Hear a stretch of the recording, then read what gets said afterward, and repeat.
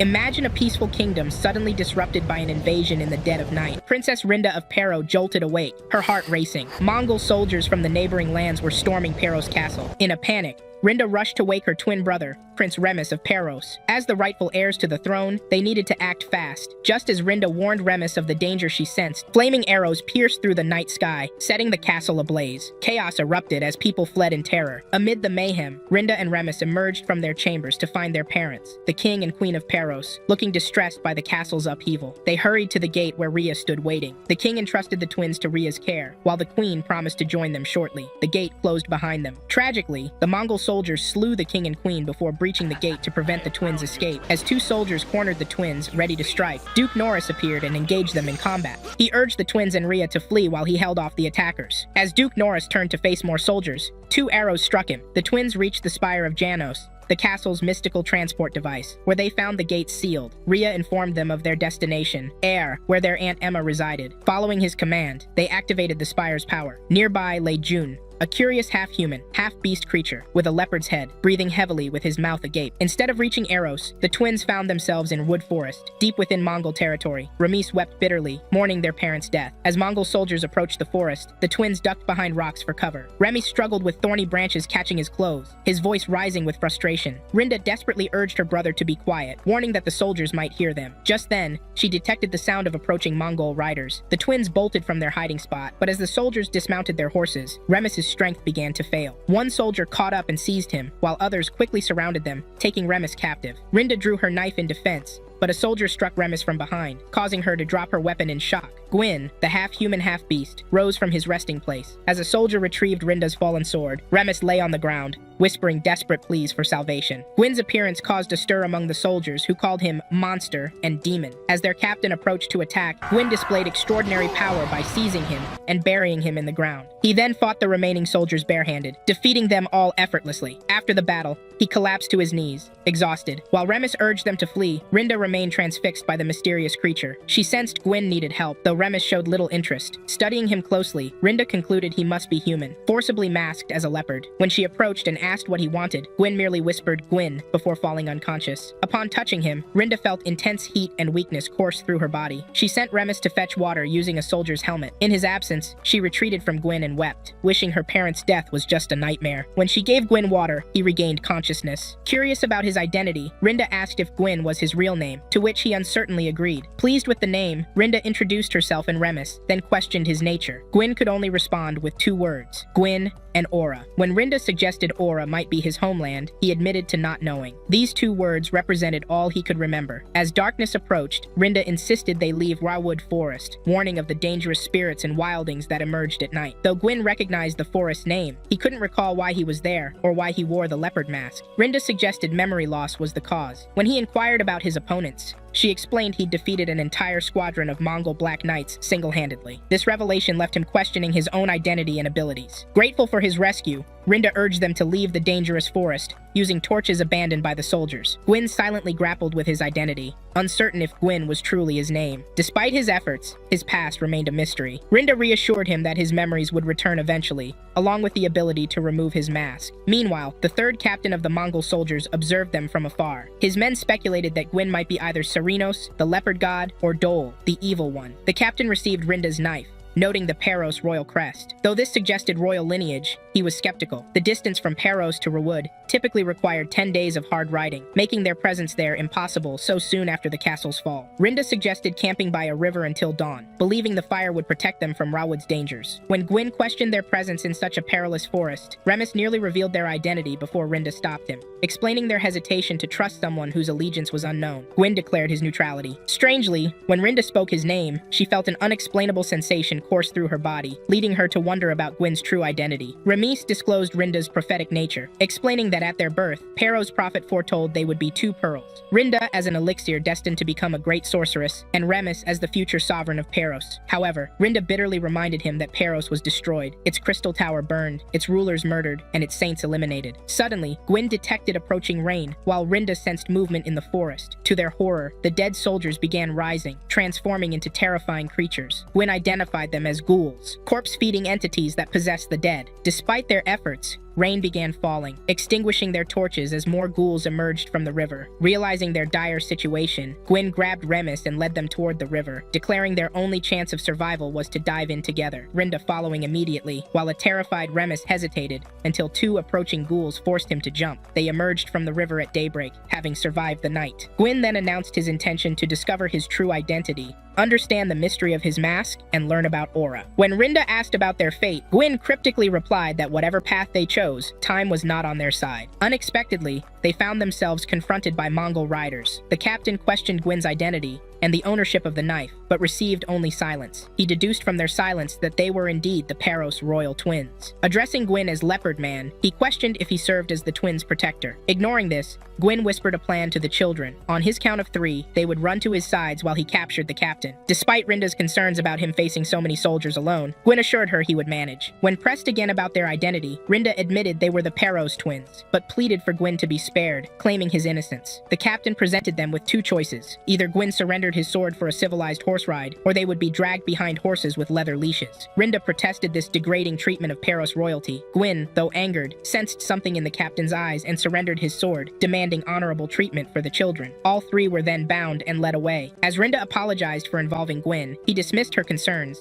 noting he had already killed their comrades. Curious about recent events, he asked about Gora and the invasion. Rinda explained that Gora was one of the 3 kingdoms of the Middle Country, a powerful nation that had long coveted the prosperous Paros. One of Gora Mongol's archduches launched a surprise attack on the peace-loving Paros, who were caught unprepared. The entire royal line was eliminated, except for the twins. Upon reaching Stahl's keep, the captain ordered the gates opened. Rinda sensed both a beast and a scarred human within, warning of a plague in the air. The captain dismissed her concerns, claiming any ill fortune would come from the cursed twins themselves, and insisted they enter to meet his waiting lord. When a soldier attempted to forcefully drag the twins inside, Gwyn struck him with such force that the soldier plunged into the sea below the bridge. He sternly reminded them of his warning about treating the twins honorably. Oro of Taurus observed their entrance before departing to prepare meals at his master's command. They were led to the great hall where Vannon, the masked Black Count of Mongol and ruler of Stafos Keep, awaited them. The captain reported capturing the prisoners in Arwood. Vannon, intrigued, questioned how they had traveled from the crystal capital to Arwood in a single day. When Rinda defiantly claimed there was no secret, Vannon pressed further. Under pressure, she fabricated a story about black magic. Seeing through her lie,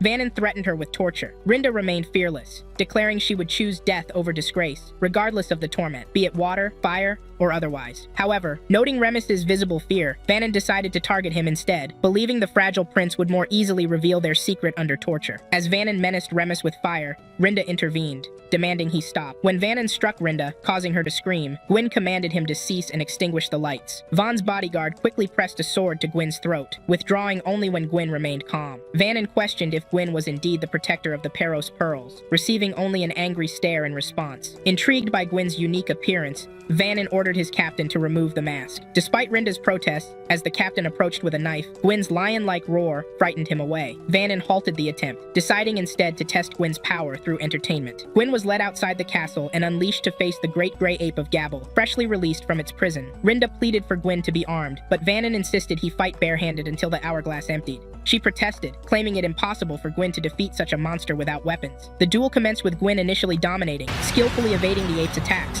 However, when Oro, watching the fight, dropped a wine glass, the ape suddenly gained tremendous strength and began landing blows on Gwyn. Remise noticed the hourglass had emptied, yet the fight continued. Despite Rinda's desperate pleas for Vannon to provide Gwyn a sword, he refused. As the ape strangled Gwyn, he managed to grab a nearby pole and smash it against the creature's head. The brutal combat continued as they exchanged fierce blows. When Oro tossed a sword to Gwyn, something about the weapon triggered another moment of self-questioning. Nevertheless, Gwyn swiftly defeated the ape. While the twins celebrated his victory, the captain reprimanded Oro for providing the sword. Oro apologized, explaining it was an instinctive action during the intense fight. Vannon then informed the captain of another challenger for Gwyn, Istan of Wallachia, a condemned criminal mercenary. Upon entering the arena, Istan was immediately struck by Rinda's beauty, calling her his shining lady. Once unshackled, Istan was startled by Gwyn's otherworldly appearance. Avon pondered Gwyn's true identity, especially after his victory over the fearsome ape. Following their introduction, the captain provided Istan a sword, declaring that survival would be the victor's reward. This announcement caused Vanan to tremble visibly. Though Istan initially refused to fight due to his injuries, the captain's threat of immediate execution left him no choice. Lord Vanon's trembling intensified until he could barely breathe. Despite the captain's concerns, Vanon wordlessly retreated inside, leading to the fight's postponement until the next day. Oro was arrested and encountered Gwyn and the twins en route to their cell.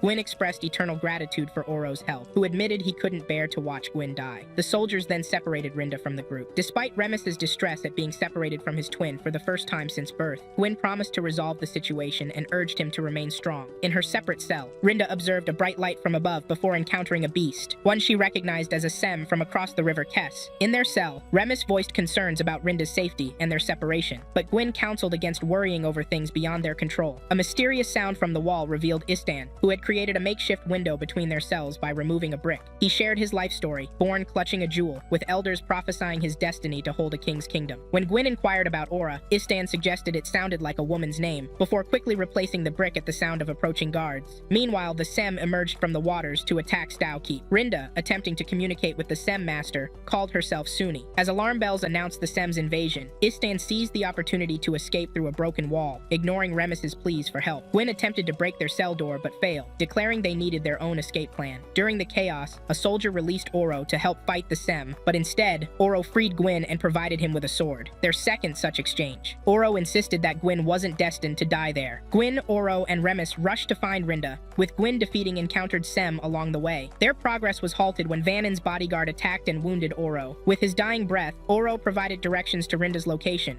reiterating that this wasn't Gwyn's place to die. Gwyn then engaged the bodyguard, defeating him with a mysterious touch that sent him drowning in the water. In his final moments, Oro instructed Gwyn to visit the Smoking Pipe Tavern in Taurus if he ever needed help, where Oro's father worked. Gwyn promised to tell his father of Oro's brave and noble end. As reinforcements from Alvin Keep were announced, a Sem warrior struck down the captain from above. Meanwhile, Rinda remained with Suni, who spoke in an incomprehensible language, while assuring her of rescue by her Suni brothers. Their cell was suddenly brought before Count Vanon, who, tired of wildling blood, now desired royal blood. His hands transformed into a red beast as he broke their cell and reached for them. Rinda courageously threatened to bite off her tongue if he approached further. Through Remis, Gwyn sent Rinda a message about maintaining hope and fighting with pride until her last breath. When Vanon released them, Rinda and Suni seized swords from his seat. Rinda noted the tower's impending collapse, but Vanon remained unconcerned, revealing his plan to spread his bile across the middle country. Upon arrival, Gwyn exposed Vanon's true motivation, using blood to extend his life. The final confrontation began after Gwyn ordered the children, including Remus and Suni, to hide. He approached Vanon, shattered his mask to reveal his true form, and engaged in battle. After defeating Vanon,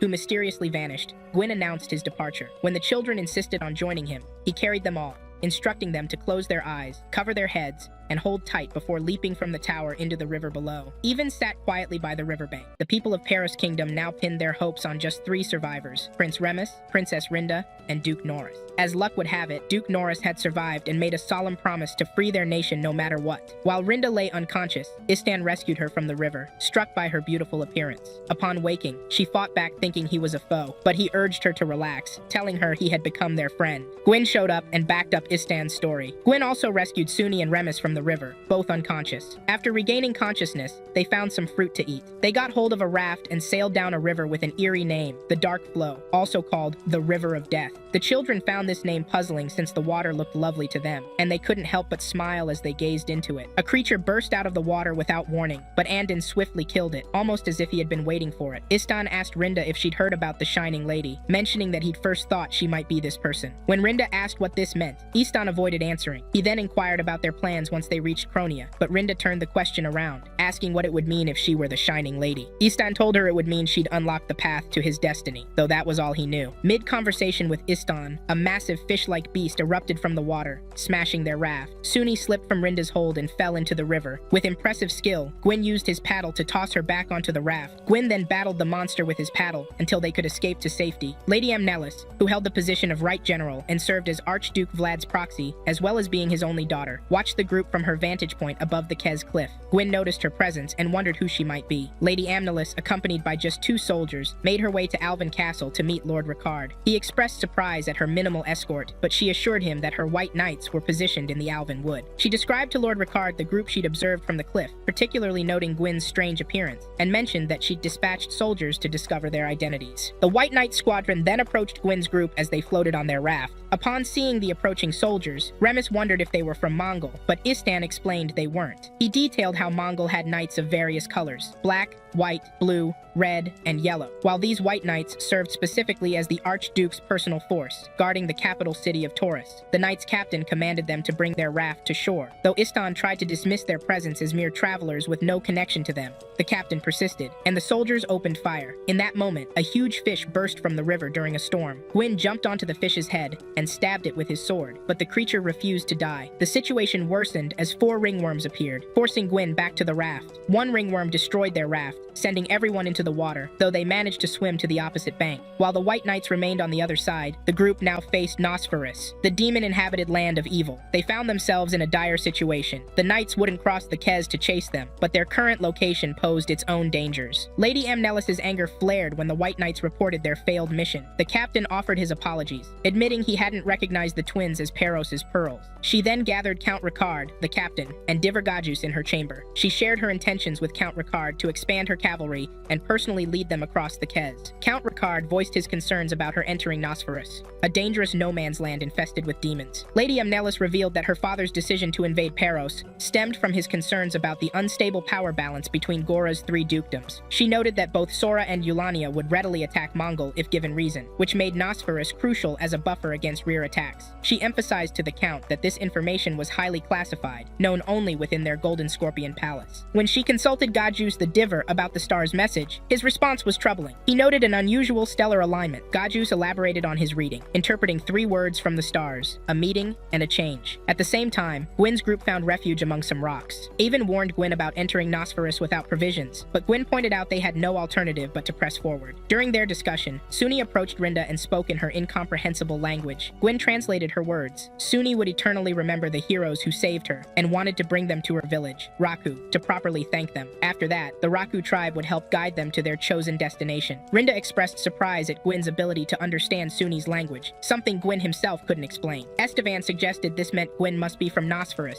since all monsters originated there. Lord Roseanne, serving as the left general, notified Archduke Vlad about his daughter Lady Amnelis' departure from Alvin to track down the Peros heirs. Archduke Vlad reassured General Roseanne about his daughter's safety. Lady Amnelis then declared to her troops their mission. They would enter Nosir by force to capture the fleeing Peros twins and their guardians, with her leading the charge. At the River Kez, Lady Amnelis and her forces encountered an unexpected obstacle. A massive mouthfish emerged and demolished the bridge. While her soldiers fired arrows at the creature, Lady Amnelis withdrew from the bridge area. Lord Maris, who commanded the 8th Blue Knight unit at Taride, arrived and knelt before Amnelis. He explained his presence as reinforcements sent by Lord Rosen when she questioned him. After confirming with her that Gus's divination board had revealed the twins' path, he proposed sending search parties in all directions, a suggestion Lady Amnelis accepted. Soon after, Lord Maris brought news to Lady Amnelis that their reconnaissance teams had found the Peros heirs. However, when she requested to be taken to their location, Lord Maris declined. He explained his desire to test his skills against their protector, a leopard man powerful enough to defeat a gray ape. Lady Amnelis granted his request to proceed. During this time, Estevan had separated from his group to hunt. Suni secretly trailed after Estevan, while Gwyn stayed behind to watch over the sleeping twins. Upon hearing approaching horses,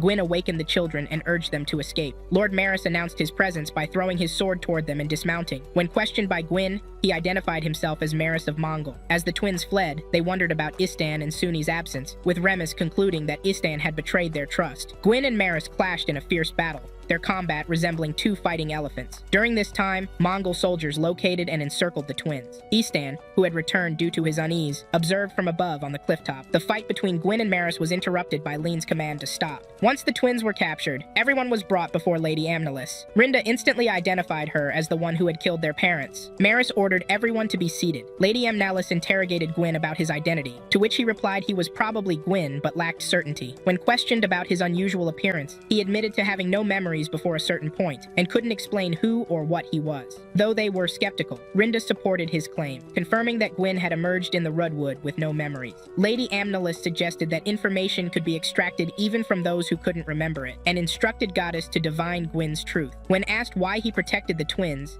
despite his amnesia, Gwyn's laughter and declaration that he found her laughable angered both Lady Amnelis and Lord Maris. Godus's divination revealed only a large leopard in his crystal ball, which he interpreted literally. A leopard was simply a leopard. Lady Amnelis then decided they would return to Alvin Keep, ordering Gwyn and the twins to be bound and dragged behind them. Despite Gwyn's plea for the twins to ride horses even if he had to be dragged, Rinda asked Lady Amnelis to ignore his request. They ultimately walked with bound hands rather than being dragged. When Remus expressed his fear of death, Rinda encouraged him to maintain his dignity and pride until the end. Istan observed the group's movement from the cliff while Suni attempted to speak with him, but he silenced her. His harsh response caused her to leave. Upon seeing Lady Amnelis, he wondered if she might be the shining lady he'd been seeking. The scene was interrupted by a sandworm's attack on some soldiers. As the exhausted twins complained of thirst, Gwyn encouraged them to stay strong, reminding them of their status as Peros heirs. In the sky, angel hairs, the strands representing departed souls, became visible. From their prison cell, Gwyn and the twins observed angel hairs gathering above. When one strand drifted toward Rinda and she caught it, it burst into scattered light. Rinda theorized that these angel hairs represented the souls of those reduced to ashes during Peros' destruction, now coming to acknowledge their presence. Meanwhile, Istan had sneaked into the soldiers' camp and helped himself to their provisions.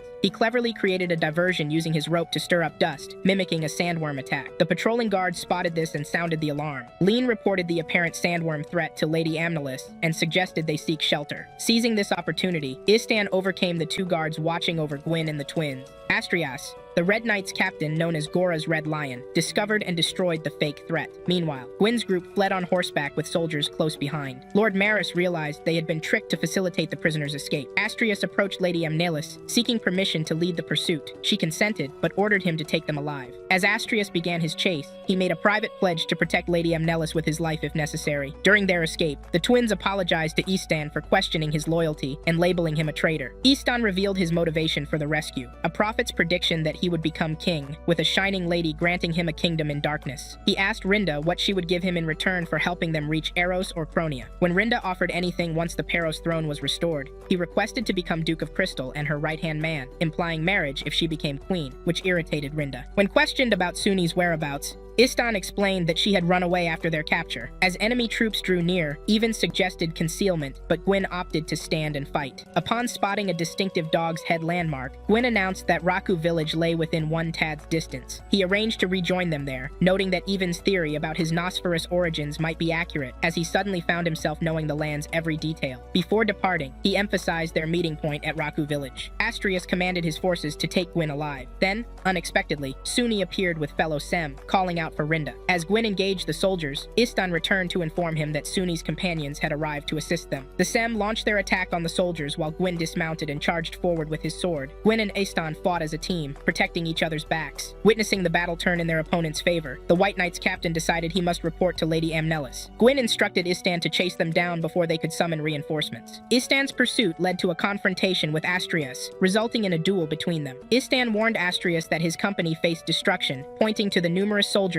already fallen to the Sem. When Istan lost his sword during their fight, Gwyn arrived at the crucial moment to save him. Gwyn then tasked Astrias with delivering a message to Lady Amnelis. Any intrusion into Nosferous would result in his eternal opposition to Mongol. Astrias withdrew with his surviving soldiers. When Istan questioned Gwyn's decision to spare Astrias, Gwyn revealed he had something he wanted to investigate and needed to monitor their movements. From a clifftop vantage point, Gwyn and Istan watched Mongol's main army assembling for their Nosferous invasion. Istan commented that deploying 15,000 soldiers seemed excessive just to capture the Peros heirs. Gwyn concurred, suspecting there must be additional motives behind such a massive military operation. Upon their return to Raku village, the Sem greeted them with enthusiastic shouts of "Riyadh!" The twins and Suni joyfully emerged to welcome them back. Lado, the Raku high chief who possessed human speech, joined them and explained that Riyadh meant leopard. When he inquired if Gwyn was Alfido's child, Gwyn deflected the question, instead expressing gratitude for their rescue. Lado replied that they deserved thanks for saving his granddaughter Suni and offered them indefinite sanctuary. Gwyn then requested Lado to immediately gather all Sem tribes. In her briefing to her knight captains, Lady Amnelis revealed that while eliminating the Sem was part of their invasion strategy, their primary goal was locating an area the Sem called Guru, the Valley of Miasma, to establish a Mongol stronghold. When Lord Maris questioned the need for such a large force,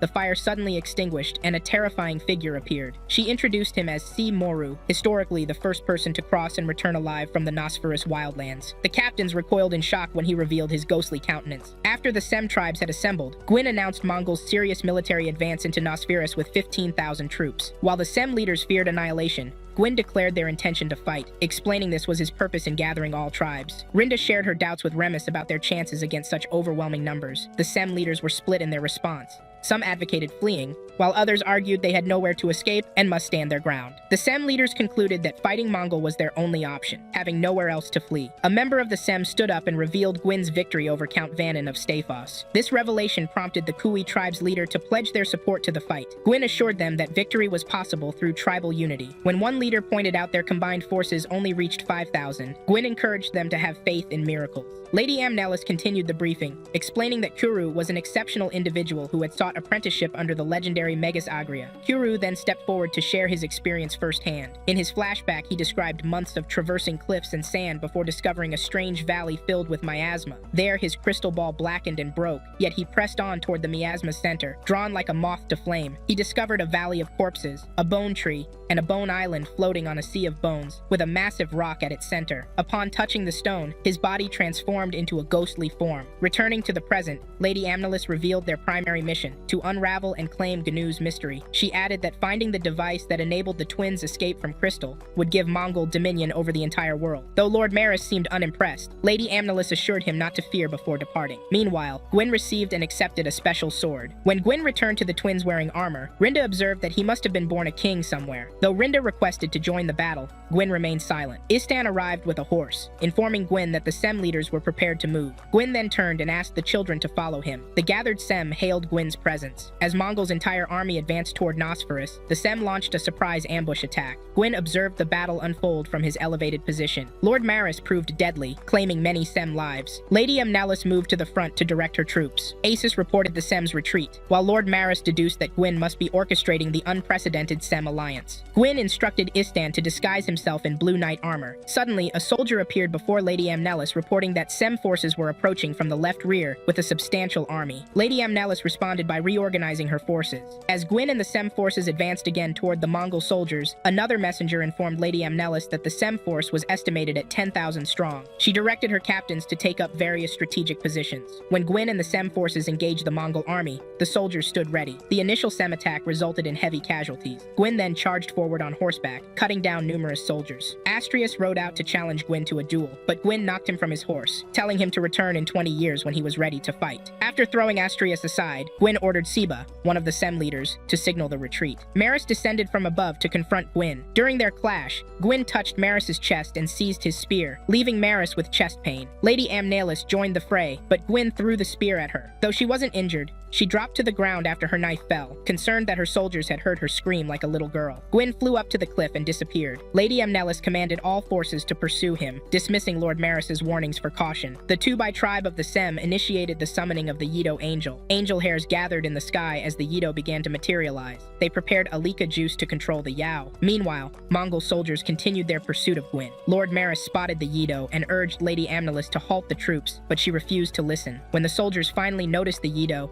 their attempted retreat came too late. Many had already fallen to the Yo. Gwyn observed from above on the cliff. Lean Asus wept deeply for his lost friend. When Lady Amnelis inquired about defeating the Yido, a soldier informed her that only fire could destroy them. Lady Amnelis commanded her forces to collect fire starters to combat the Yido. She then confronted Astrius, warning that a third failure would cost him his captain's position. The Sem launched another attack, again summoning the Yido. Though Lady Amnelis ordered her soldiers to light fires, they proved too weak to destroy the Yido. Gwyn's sudden appearance behind them startled Lady Amnelis. She wished to confront him, but Lord Maris restrained her, warning of the danger. As the Yido continued to decimate their forces, the Mongol soldiers were forced to retreat. Lady Amnelis revised her strategy, deciding to focus on completely eliminating the Sem. She suggested that Gwyn must be a disguised military expert. A blue knight overheard this discussion. Meanwhile, Eku from the Argon Company told 2 soldiers he needed fresh air, while another soldier eavesdropped on their conversation from outside while drinking. This eavesdropping soldier approached and knocked him down. Gran, a blue knight, had been waiting for Lord Maris when the eavesdropping Blue Knight ran toward him. When asked for identification, he claimed to be Iru from the Argon Company. Gran requested he remove his helmet to show respect for the capital. Upon removing it, Iston was revealed as the eavesdropper. Though Lord Maris didn't recognize him, his appearance left him shocked. A tense scene unfolded as Even falsely claimed to know Gwyn's real identity. The moment was interrupted by an arrow soaring toward them, which Iston skillfully deflected with his sword. Upon noticing Sem poison on the arrow, Iston alerted everyone to the Sem's presence nearby and commanded soldiers to begin a search. Impressed by Iston's exceptional swordsmanship, Lord Maris extended an invitation for Iston to join his personal guard. Iston accepted, and Maris instructed him to fetch a horse and take his place in the ranks. As they departed, Iston smiled. Maris remarked to Gran about Iston's resemblance to his son, with Gran concurring. Gwyn later received Iston's letter confirming their plans were on track. Gwyn requested a 4-day delay while he sought to forge an alliance with the Lagan, mysterious giants known in legends for their ferocity and uncivilized nature. During this time, Duke Norris of Peros made the decision to return to Crystal. Upon reaching a peculiar location, Gwyn used a coin bearing his likeness to determine his path. The coin's reverse side depicted a woman who, as Jarn, a powerful two-eyed ruler, had prophesied, would become Kingwyn's queen. While traversing this strange territory, a mysterious voice addressed Gwyn, declaring he must follow his own destiny, and that 3 women would guide him to his fate. The voice revealed Gwyn's non-human nature, and spoke of his destined encounters with these 3 women to fulfill his true purpose. Gwyn spotted one of these women, and managed to grasp her leg before losing consciousness. Upon awakening in a different location, he realized he had reached the Mountain of the Dog's Head, where the White Stone intersects with the Black Mountains, the Lagan's homeland. During his journey, Gwyn found himself facing desert wolves in combat. A white wolf appeared, and made a sound that caused the other wolves to retreat. Gwyn followed this creature, calling it the Wolf King, though it never responded. They arrived at the Valley of Salt, where they sampled the salt. Suddenly, a rock cracked open before Gwyn, revealing a mysterious object which he decided to keep. The Wolf King then left him. Lady Amnelis rallied her troops and declared their advance toward Nosferus. At the same time, Gwyn found himself confronted by a giant wielding an arrow who ordered him to halt. He was captured and imprisoned. A female Lagan called Ra visited him to determine if he was an evil spirit. After Gwyn denied this accusation, he requested an audience with the Lagan king. Ra explained they had no king, but were led by Dodok the warrior and Ca the sage. When she boasted that none could match Dodok's strength, Gwyn boldly claimed to be stronger and demanded to fight him. Gwyn was taken before Dodok the brave and Ca the wise, while female Lagan watched secretly from behind the wall. When questioned about his identity, Gwyn described himself as a warrior ignorant of his own origins. Dodok accused him of being an evil spirit who brought misfortune to their people. Gwyn countered by claiming heaven had chosen him to guide the Lagan on their destined path. Other Lagan called for his death, branding him an unproven thief.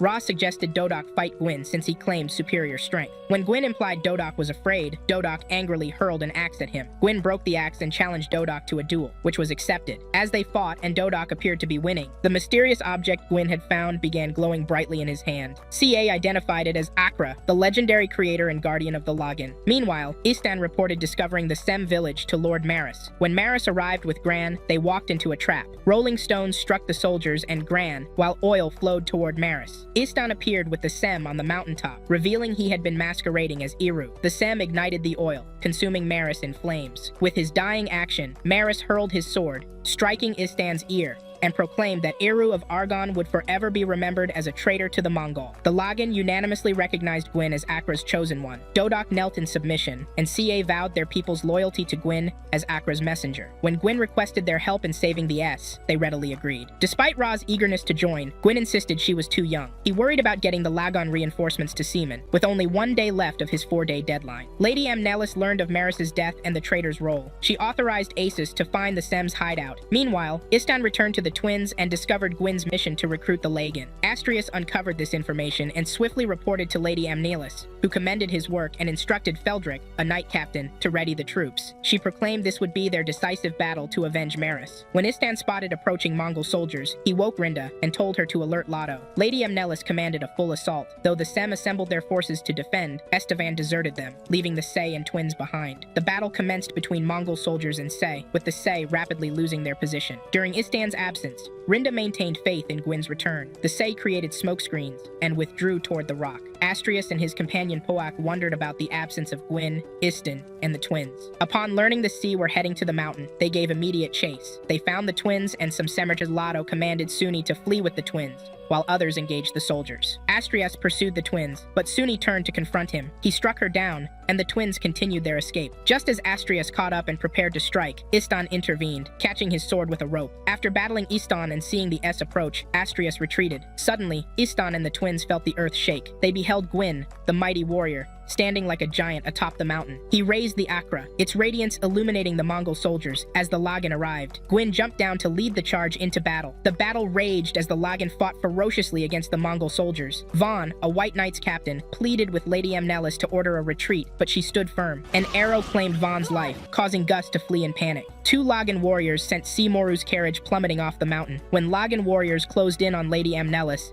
Astrius intervened, slaying them before commanding the Mongol forces to retreat. The twins rushed to Gwyn, with Rinda expressing her unwavering faith in his rescue. He explained how the Lagan had shown him a passage through Dog's Head called the Wind Hole, which enabled their timely arrival. The discovery of Suni's survival brought joy to Rinda. When Lado voiced concerns about future Mongol attacks, Gwyn assured them that the united Sea and Lagan could defend Nosferus, as it belonged to both peoples. Sea proposed that Gwyn become king of Nosferus, ruling both races. Gwyn accepted, expressing his deep affection for the desert. Upon returning to her father's castle, Alvin Key, Lady Nameless reported her defeat and offered to resign as general and face punishment. Her father surprised her by asking if she could dance, revealing that ball gowns had been commissioned through her maidens, Flory and Lucia. Though puzzled, she learned from her father that some battles required charming smiles and bows rather than weapons. Despite her initial refusal, her father reminded her of her approaching 18th birthday and the need to journey to Crystal for marriage. This news disappointed Astrius, who harbored admiration for Lady Nameless. She accepted the directive, planning to rest before departing for Peros. When her father noted she hadn't inquired about her future husband, she expressed her readiness to accept anyone. He revealed she would have the freedom to choose her own spouse. Lady Nameless recommended Astrius for a commander position under Mencius's command by the Kes. Though surprised, Astrius heeded the advice of the captain beside him to accept. Later in her room, Lady Nameless paced and vented her frustrations.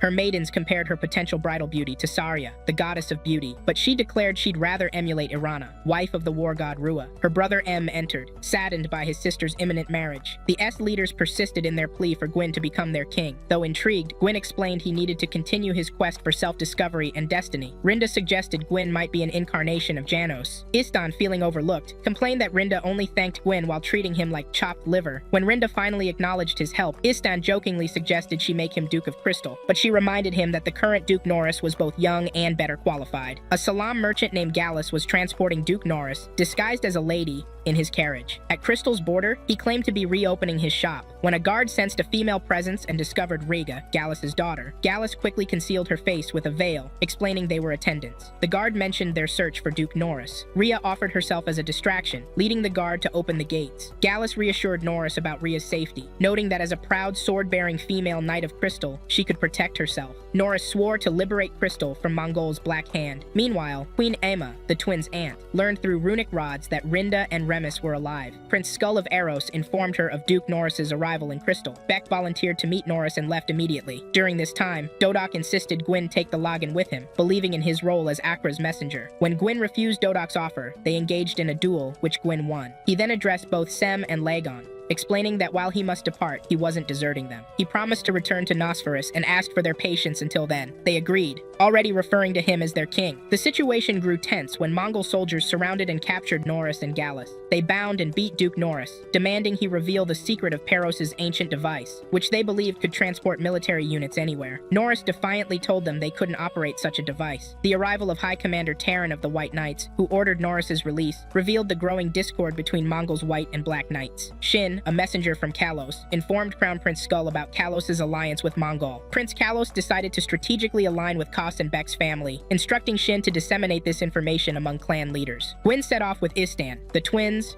Suni, and other Semersur Remus experienced loneliness, as Rinda began spending time with others instead of him, leading him into flights of imagination. When the group reached the River Kes, Gwyn proposed constructing a boat. First Commander Terran informed Norris about an upcoming grand celebration in his honor, intending to introduce him to Lady Mongol Amnelis. Norris understood their ulterior motive. Arranging his marriage to Amnelis would unite their royal families, pacify the citizens, and secure their control over Peros. At the celebration, Lady Nameless met Duke Norris and was so struck by his feminine beauty that she had to leave to compose herself. During the night, Remus approached the river where he witnessed an extraordinary sight, a bright light and the sky splitting open. As he waded into the river, he encountered something mysterious. He then awoke, realizing it had been a dream. Simoru's face appeared in the sky, asking Remus to reveal his desires. Meanwhile, Gwyn's group reached the town of Roses, planning their sea crossing to Eros. Duke Norris approached Lady Nameless regarding marriage, but she questioned his betrothal to Rinda. He dismissed this concern, citing Rinda's youth. He bestowed upon Lady Nameless the special title, Shining Lady, inspired by her beauty. When discussing Peros's ancient device, he revealed its power of instantaneous worldwide travel and invited her to a private demonstration at the Spire of Janos. At their Spire meeting, Duke Norris's persistent praise of her beauty nearly drove Lady Nameless away. Suddenly, LCA emerged from underground, delivered a crystal to Norris, informed him of the twins' safety in Nosferus under a leopard man's protection,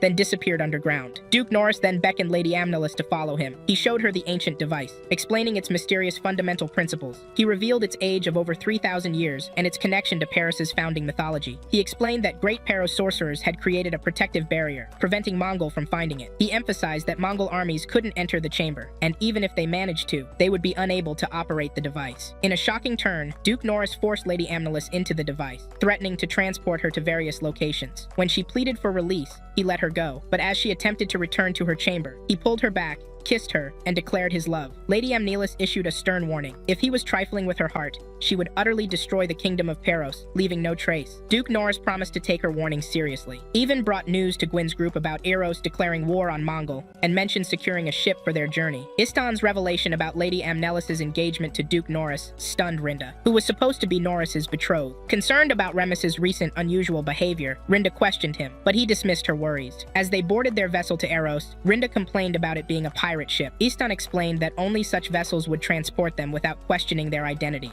Surprisingly, Remus reprimanded Rinda's complaints with an uncharacteristically authoritative tone. During dinner, the ship's captain questioned Gwyn's hidden face. Istofan intervened, claiming Gwyn was merely a pilgrim and swearing by the Holy Dren's blue jewel. Istan, detecting sleeping drugs, warned Suni against eating and disposed of the drinks in the sea. When bandits entered their empty room, they found Gwyn behind their captain, sword at his throat, while Istan descended from the roof. Despite Istan's attempts at negotiation, the bandit leader showed no concern for their captain's safety and ordered an attack. Upon Gwyn revealing his face, the bandits blamed him for the storm, calling him a monster. Gwyn offered to sacrifice himself to the sea if they believed his presence cursed the ship. As Istan tried to stop him, a mysterious glowing ship appeared, the same vessel Istan had previously encountered, bearing the name Rand. As water flooded their ship, Istan fell unconscious. The mysterious shining ship disappeared with Gwyn. As the ship's captain moved to attack Istan, Rinda's cry was followed by a sudden thunderstorm. Elsewhere, Astrius journeyed to Crystal seeking Lady Nameless. When confronted by guards demanding his papers, he claimed to be an archduke's secret messenger. A malice wizard recognized him as Astrius Valus of Salam, enchanted the guards to open the gate, and greeted him as a brother, mentioning Malice had spoken of him. Rinda refused to accept Istan's account of Gwyn being swallowed by the wave, convinced of his invincibility. When Suni called for help, Rinda responded immediately. Meanwhile, Remus sat alone, his strange behavior drawing concerned attention from the others. The situation with the pirates took an unexpected turn when Remus boldly took up arms against them, astonishing both Rinda and Istan. When pirates held Rinda hostage and forced Istan to disarm, he cleverly used his rope to strangle her captor. Remus then demonstrated shocking initiative by dousing the remaining pirates with oil and threatening to burn them unless they surrendered. His unexpected courage stunned Istan. Remus negotiated their safe passage for 100 ron, and the terrified pirates yielded, begging him to spare them from the fire. At Norris's residence, his messenger Simon announced Rhea's arrival. Norris greeted her with a kiss on her hand, despite her protests at such formality. Over drinks, she revealed her infiltration of the Black Knights through Captain Kassan's deputy Dallas. When Norris expressed concern, she declared her absolute devotion to him and Peros, revealing her and her father's belief that Norris should rule Peros. The conversation turned to Remus's disappearance possibly being fortuitous, as it meant Norris could marry Renda to claim the throne. When asked what reward she desired, Rhea expressed only her wish to remain as his faithful shadow and sword. Simon then announced Lady Nameless's arrival. As Rhea departed, she and Nameless exchanged a brief, tense gaze before Rhea bowed and left. Upon entering, Nameless questioned Norris about Rhea's identity. After his explanation that she was a retainer, Nameless moved closer, reminded him of her warning about betrayal, and they shared a kiss. 10 days after Gwyn's disappearance, Rinda maintained her vigil outside the ship, refusing Istan's suggestion to accept the loss. She insisted that Gwyn was extraordinary and would survive, believing their fates were connected. As Estevan pondered his own destiny, Rinda noticed Remus observing them while Suni waved. Remus indicated an island in the distance. Istan announced their plan to escape to the island that night due to dwindling supplies.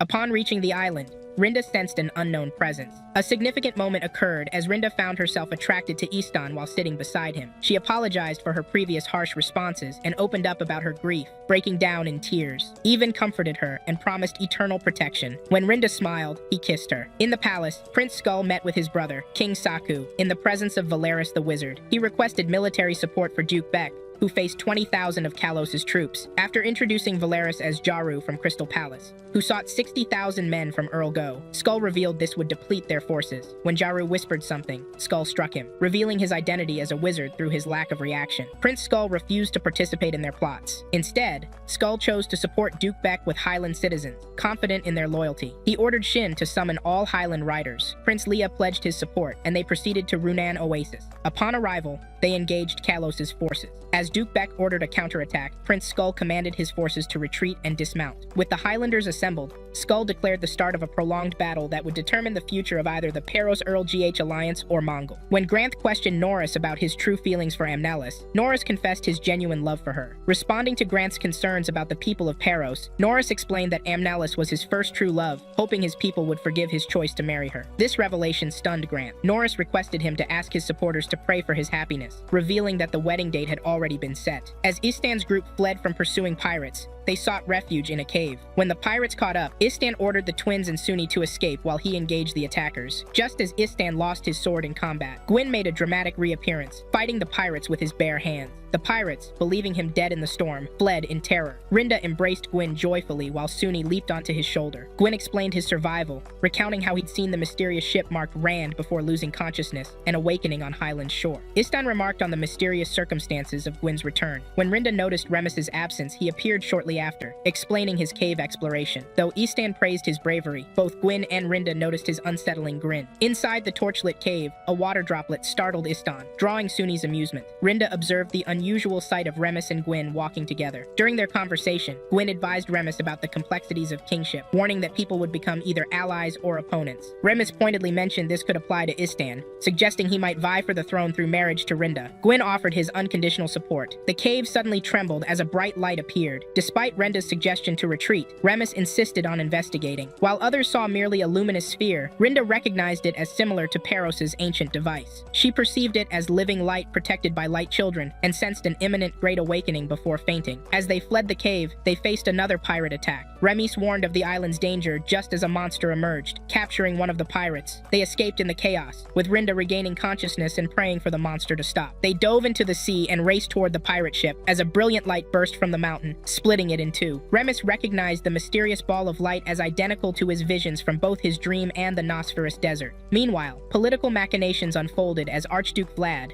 Lady Ames's father, learned of his daughter Amnelis's love for Lord Norris. He expressed disappointment in her foolish choice, having never expected her to fall for Norris. He crafted a sinister plan: strike after the wedding when Amnelis would become throne successor, arranging Norris's death on their wedding night, but far from Amnelis to prevent her potential retaliation. He decided to leave the matter of the twins to Shido. When Mayal, Lady Ames's brother, responded to the king's summons, their father questioned him about Amel's wedding date. After Mayal confirmed his awareness, his father revealed plans for their post-wedding journey to Cronia, where Miao would be betrothed to Princess Sylvia, Emperor Archelaus' daughter. This news sent Miao back to his chambers in tears. The scene shifted to Staphos, where Malas entered a restaurant and received a free drink from attendant Jido in exchange for a future performance. When Malas inquired about directions to Nosferus, Jido provided them, but broke down crying, explaining how mentions of Staphos reminded him of his lost son, Oro, whom his father had proudly described as hardworking. Malas's subsequent guitar performance moved everyone present, bringing Jido to tears once again. Junas, Miao's servant,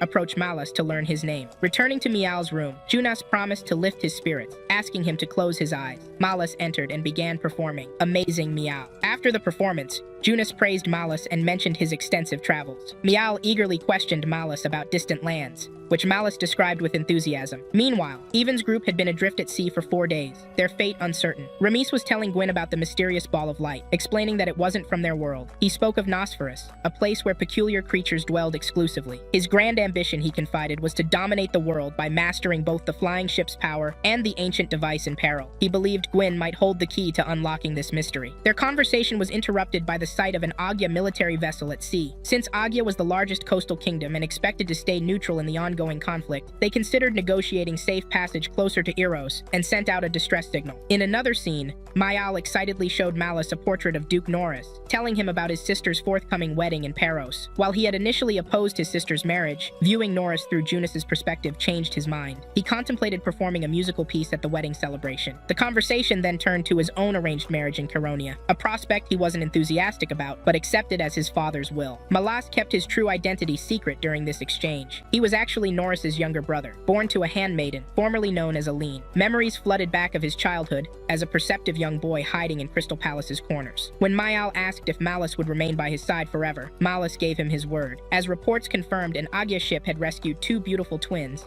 and a mysterious large man. When LCA revealed new orders from Duke Norris, Malice's brother, concerning Mongol's young heir Miao, Malice firmly refused, unwilling to bring harm to a 14-year-old boy. Despite LCA's warning that even young scorpions are poisonous, Malice entered Miao's room that night with a knife, but found himself unable to carry out the deed. In another scene, Lord Rhinus shared crucial information with Valus, his messenger and foster son. He declared their intention to prevent Lady Amnelis's marriage to Duke Norris, or any Holy Peros family member. He also disclosed that Norris had requested to keep Remus's survival hidden from Peros citizens. Valeris astutely observed that Norris could claim the throne if Remus died, and could also become Archduke of Mongol if both Archduke Vlad and Miao perished. While Lord Rhinus proclaimed his loyalty to Peros, Valeris affirmed his allegiance solely to Rhinus, who had raised him. Malice devised a new plan, sending LCA back to Norris with an alternative proposal. Instead of killing Miao, whom Malice now influenced, they should eliminate Archduke Vlad and use Miao as a puppet ruler. Malice volunteered to handle Vlad's assassination personally. Following Peros tradition, Duke Norris and Amnelis underwent their pre-wedding ritual in Saria's tower. After removing her veil, he offered her Saria's drink made from Kalam wine, the final test before marriage. The tradition allowed until nightfall for either party to reject the union. Amnelis drank the wine and lost consciousness. During these events, Valus equipped Astrius with a Black Knight's uniform and a poisoned sword for Norris's assassination. When Amnelis later awoke in her wedding attire,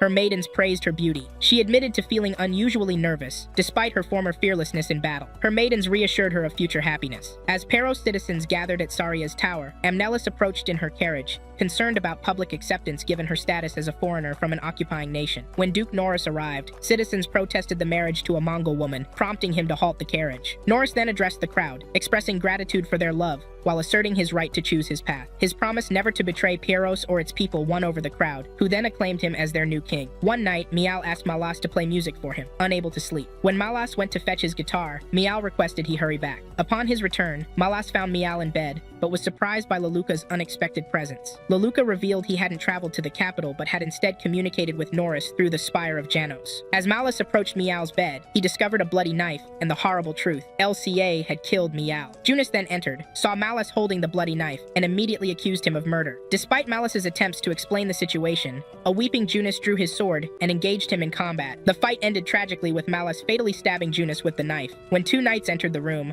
Malas, wishing desperately that it was all a dream, inexplicably vanished into the ground. Simultaneously, Astrius, disguised as a Black Knight, made his way into the tower. He gazed at Amnelis in her bridal dress, calling her his personal goddess, and swore not to let Norris have her. As Norris and Amnelis approached the priestess at Goddess Sarah's altar for their ceremony, and just as Norris prepared to sign Sarah's book, Astrius struck, wounding Norris's arm with a poisoned sword. Soldiers quickly apprehended Astrius, but a mysterious lady seized the sword and disappeared before Valerius could catch her. Norris briefly regained consciousness, allowing Amnelis to be released. She rushed to unmask the attacker, and was shocked to discover Astrius' identity. Though she ordered the soldiers to remove him, Norris lost consciousness again and was found to have been fatally poisoned, leading to his death. Lady Amnelis grieved deeply, comforted by Flory. Her sorrow intensified upon learning of her brother Miles' assassination. Meanwhile, in prison, Astrius received a mysterious visitor, Socorus, who appeared despite the cell having no window. Though offered escape as an ally, Astrius declined, stating he didn't want to be deceived again, though he couldn't recall who had previously betrayed him. When Valis later checked the cell, Astrius had disappeared. The story took an unexpected turn when Duke Norris was revealed to be alive, staying with Gran. He had cleverly used a body double to deceive the Mongols, having anticipated their assassination attempt. As he declared his revenge plan was now in motion, Lady Amnelis returned to Alvin Keep, mourning both her brother and the man she believed was Norris, making a solemn vow never to love again. By a riverside,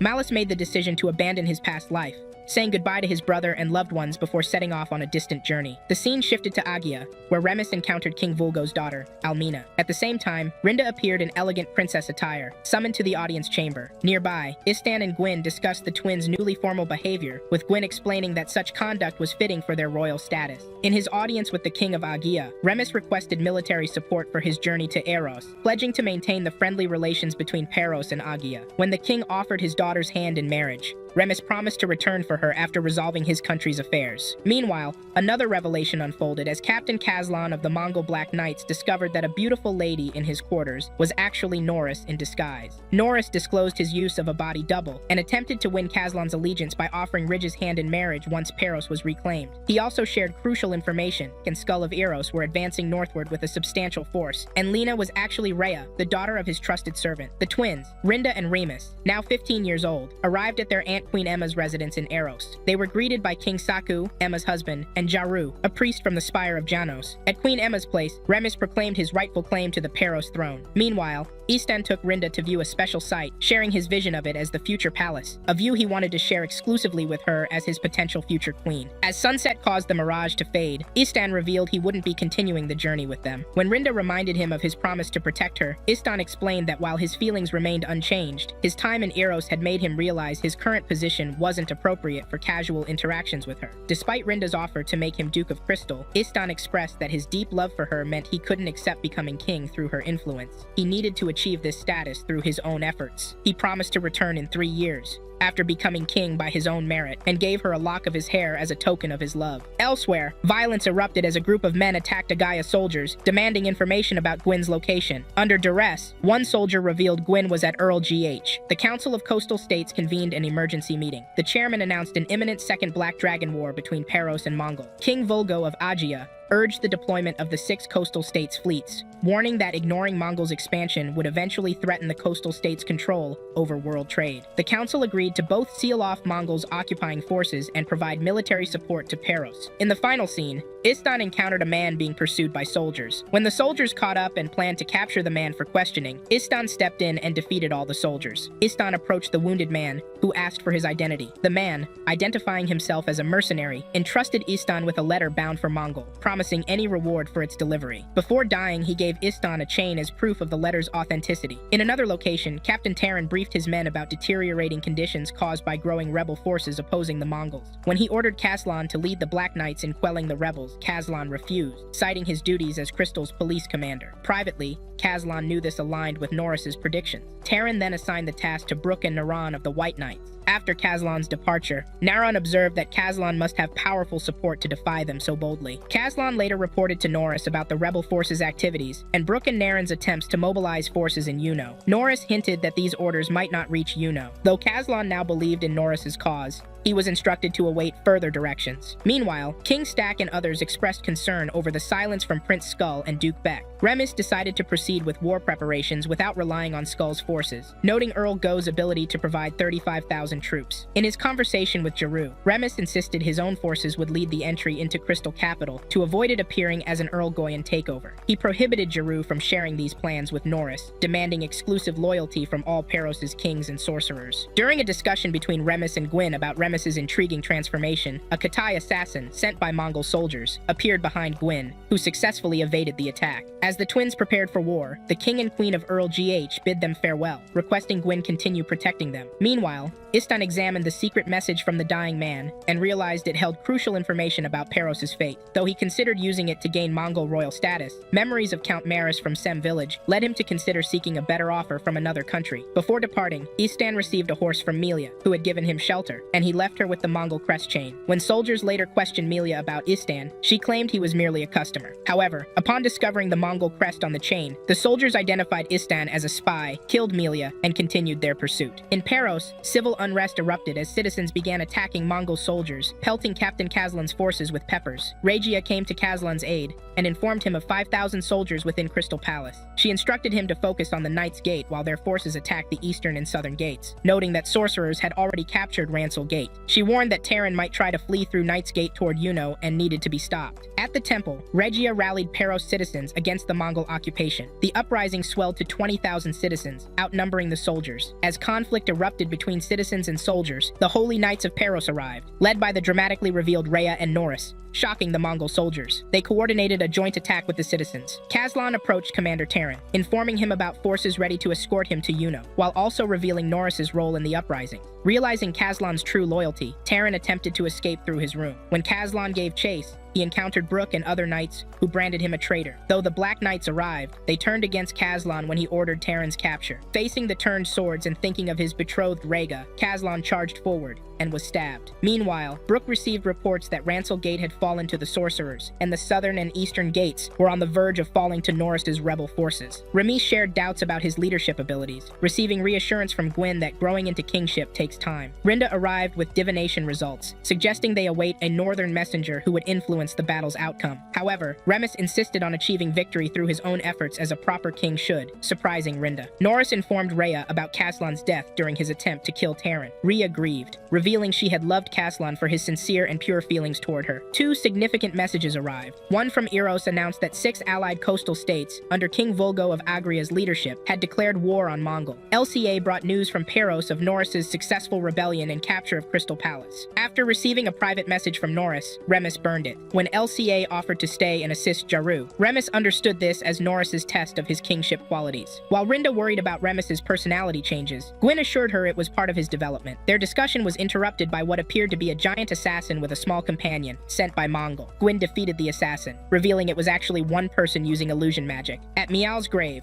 Lady Nameless confessed to Flory that she became a knight due to jealousy of her brother's favored status with their father. Duke Vlad joined them, discussing Amnelis's marriage and expressing his need for an heir due to his declining health since Mayal's death. Amnelis firmly asserted she wasn't merely a means for producing heirs. A white knight reported Crystal Palace's fall to Norris's rebels, revealing Norris's use of a body double at the wedding, and Astrius's manipulation by Paros. The disturbances in other lands were exposed as diversionary tactics. After Duke Vlad called for a strategy meeting, Amnelis learned of Norris's deception and wept bitterly. In a dramatic moment, she cut off her hair, declaring she had removed her femininity. She acknowledged that her deepest pain came not from his deception, but from still loving him despite his betrayal. She burned her dress and entered her father's palace in warrior attire. When questioned about her cut hair by her father, she explained she had abandoned her womanhood to fully commit herself as the general and lady of Mongol. She requested and received her father's permission to take control of Paros and kill Norris, accepting the order with satisfaction. Prince Skull announced Norris's capture of Crystal Palace to his men, revealing that Mongol would send forces to reclaim Paros, which they planned to intercept. Prince Beck added they would head to the Paros-Mongol border. Istan, hiding nearby, recognized Prince Skull of Eros. Meanwhile, Mongol assembled 50,000 knights, with Lady Amnelis swearing to kill Norris for his betrayal. A messenger informed Norris about a strange visitor to Paros, with the divination board showing a great red star entering the victory shrine. When the captured Istan was brought before Norris, he was shocked to recognize him as Rinda's betrothed. Istan delivered a crucial secret letter revealing the coastal state's fleet's true plan. They would appear to head toward Ross, where the king of Agia would be assassinated, and they would defect to Mongol. Norris, concerned about this intelligence, believed Istan's account of seeing Skull's forces planning to attack Mongol's troops.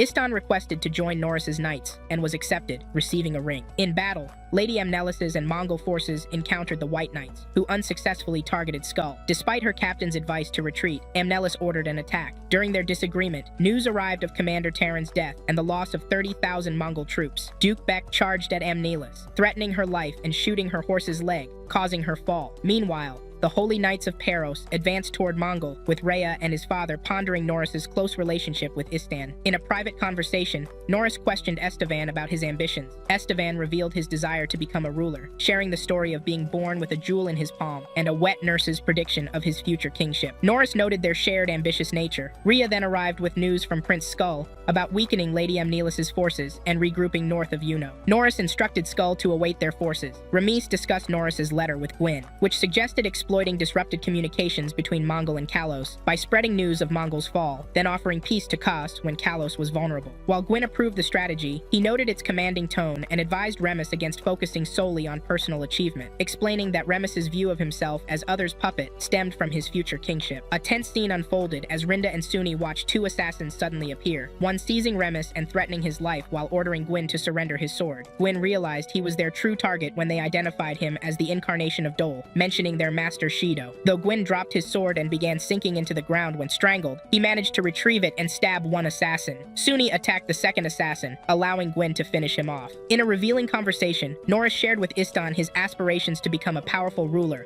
who understands the world's ultimate secrets and find a worthy partner. He confirmed choosing Rinda for her rare ability to see the future. When questioned about love, Norris explained their complementary relationship of mutual support. This revelation deeply affected Istan, who excused himself. Later, by the riverside, he concluded that Norris would claim Rinda and decided to leave Norris's service to pursue his own destiny. Rega later informed a disappointed Norris of Istan's departure. Gwyn resolved to travel alone to Taurus, seeking answers about his identity from Shido, the assassin master, despite the dangers. Rinda opposed this decision. Meanwhile, in the military campaign, a Black Knights captain advised Nameless to retreat, given Prince Skull's alliance with Norris's forces, but she refused. Upon learning Norris's forces were heading to Z, Nameless ordered her forces there as well, dismissing Gajus's warning about a star of misfortune over Taurus. Despite the twins and son's attempts to dissuade him, Gwyn remained determined to leave. As they bid farewell, Rinda ran after him, falling and weeping as she prayed for his eventual return. In a sudden turn of events, Duke Vlad, during a conversation with his subjects, began coughing, laid his head on the table, and passed away. In a pivotal meeting,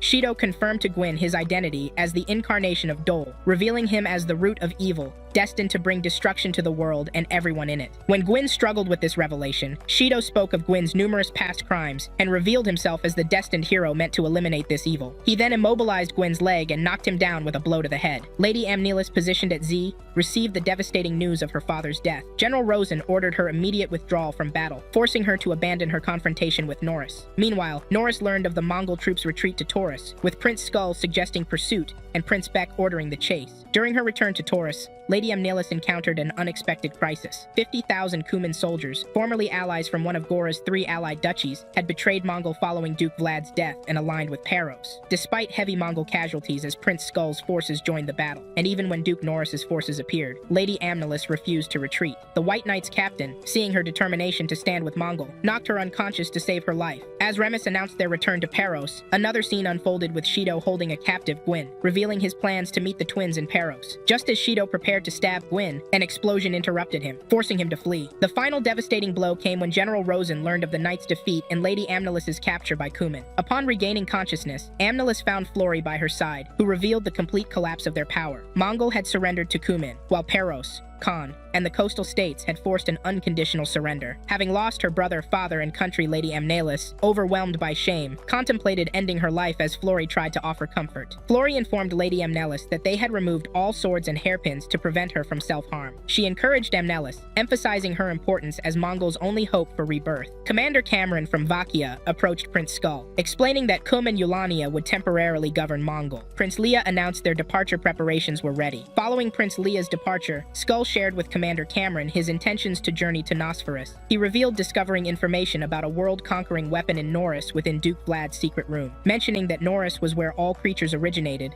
and held the world's secrets. Despite Cameron's warning that Nosferus was deadly to visitors, Skull mentioned that a spellcaster named Kal Moru had survived the journey. Before leaving with his men, Skull advised keeping this from Norris. Norris later confronted Commander Cameron, already knowing about Skull's destination, his exploration of Duke Vlad's hidden room, and the stolen information, which he found suspicious. Cameron carefully avoided mentioning Skull's true reasons for visiting Nosferus. Archduke Tario of Kuman called for Lady Amnelis and Flory. When questioned about her future plans, Amnelis expressed her lack of control over her destiny. Tario explained that his eldest son Taru's return from Taurus would trigger her trial, requested by Eulania. Viewing execution as wasteful given her youth, he suggested she help rebuild Mongal under Kum's complete control as their puppet. Amnelis preferred facing trial and death to atone to Paros's people. Tario offered to spare her life if she fully submitted to their demands. Soldiers intercepted Shido on his way to Paros, reporting suspicious activity. He explained he sought help for an injured man with a leopard head who had rescued him from bandits. Rinda identified this as Gwyn. When they followed Shido into a cave and strange chamber,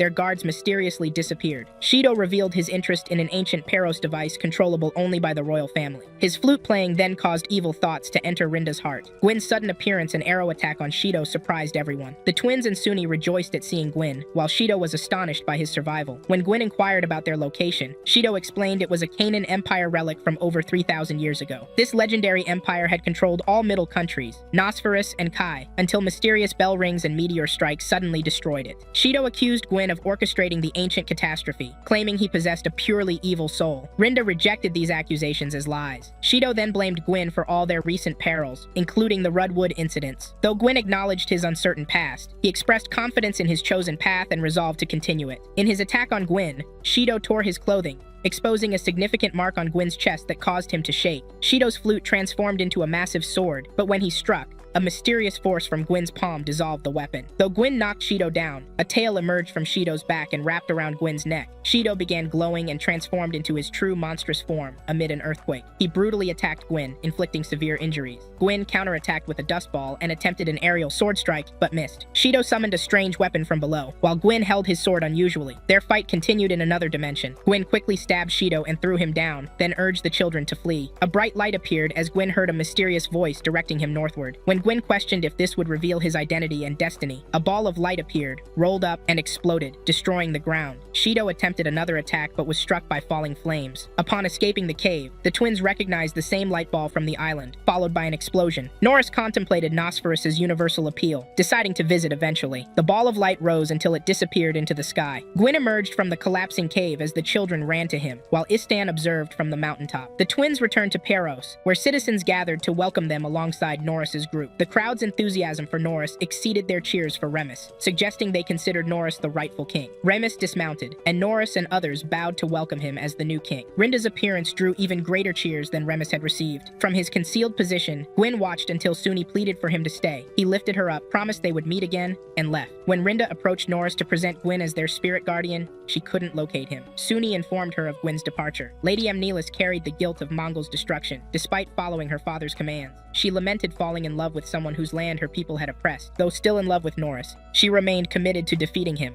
accepting this humiliation as her lifelong burden. Rinda found it difficult to adjust to life back in Peros, realizing Remus's new role as king would alter their relationships. Suni pledged to remain at her side. In the king's room, Remus gazed at his parents' portraits, acknowledging his reputation as a crybaby, but promising to become an exceptional ruler. In the forest, Gwyn met Istan, who bowed and begged for Gwyn's power to help him become king. Gwyn explained he could only assist if Bu Yarn, the great ruler, directed him, saying everyone had their own guiding stars. He revealed his plans to journey north to uncover his identity and the origin of his form, promising to help Istan afterward. Istan objected, saying people already ridiculed his royal aspirations. During Remus's coronation, the Janos evaluated his worthiness to rule. Upon taking the throne, they confirmed him as the legitimate heir. Meanwhile, Istan, frustrated by Gwyn's refusal to help, challenged him to combat. Despite Gwyn's attempts at peacefully resolving the situation and reluctance to fight a friend, they engaged in battle, ending with Gwyn subduing Istan with a punch. As Remus received his crown as Peros' new king, Rinda witnessed Simoru's spirit hovering above Remus's head. Istan vowed to fight Gwyn again, and Gwyn, still addressing him as friend, said goodbye. Gwyn departed, declaring his sole mission was to discover his true identity. The end.